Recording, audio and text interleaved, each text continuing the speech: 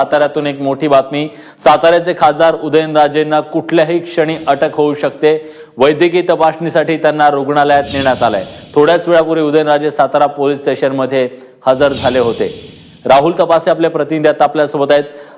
राहुल, साताऱ्यातली आत्ताची नेमकी परिस्थिती काय आहे? पोलीस नेमकं काय करतायत? विलास, सकाळी उदयनराजे भोसले हे स्वतःहून पोलीस ठाण्यात हजर झाल्यानंतर काही वेळ त्यांना पोलीस निरीक्षकांच्या केबिनमध्ये बसवण्यात आलं होतं। तिथून त्यांना वैद्यकीय तपासणीसाठी त्यांना बाहेर काढण्यात आलं।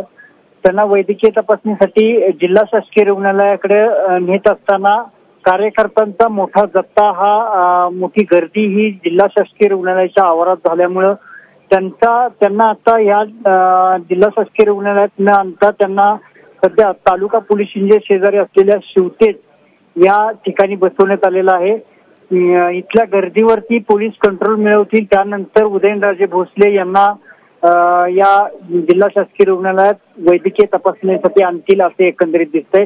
मात्र सध्या तरी आता पुन्हा त्यांना या रुग्णालयाच्या रस्त्यातून पुन्हा शिवतेज या ठिकाणी शासकीय निवासस्थानी नेऊन ठेवण्यात आलेला विलास।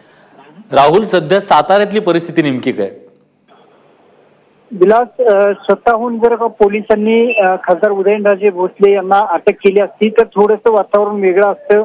मात्र ते स्वतःहून पोलीस ठाण्यात हजर झाल्यामुळं या सगळ्या परिस्थितीवरती सध्या म्हणजे जे कार्यकर्ते आहेत ते संयमता बाळगून असल्याचं दिसतंय।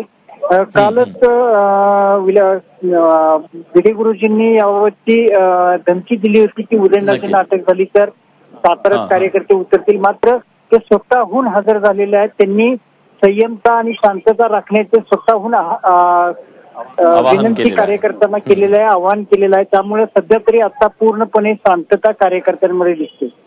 धन्यवाद राहुल, तुम्ही दिलेल्या सगळ्या सविस्तर माहितीबद्दल। या सगळ्या संदर्भातले अपडेट्स तुमच्याकडून वेळोवेळी जाणून घेत राहू। दरम्यान जे पोलीस अधिकाऱ्यांवर उदयनराजेंना अटक करण्याची जबाबदारी आहे त्यांनीच उदयनराजेंची गळाभेट घेतल्याचा प्रकार घडलाय।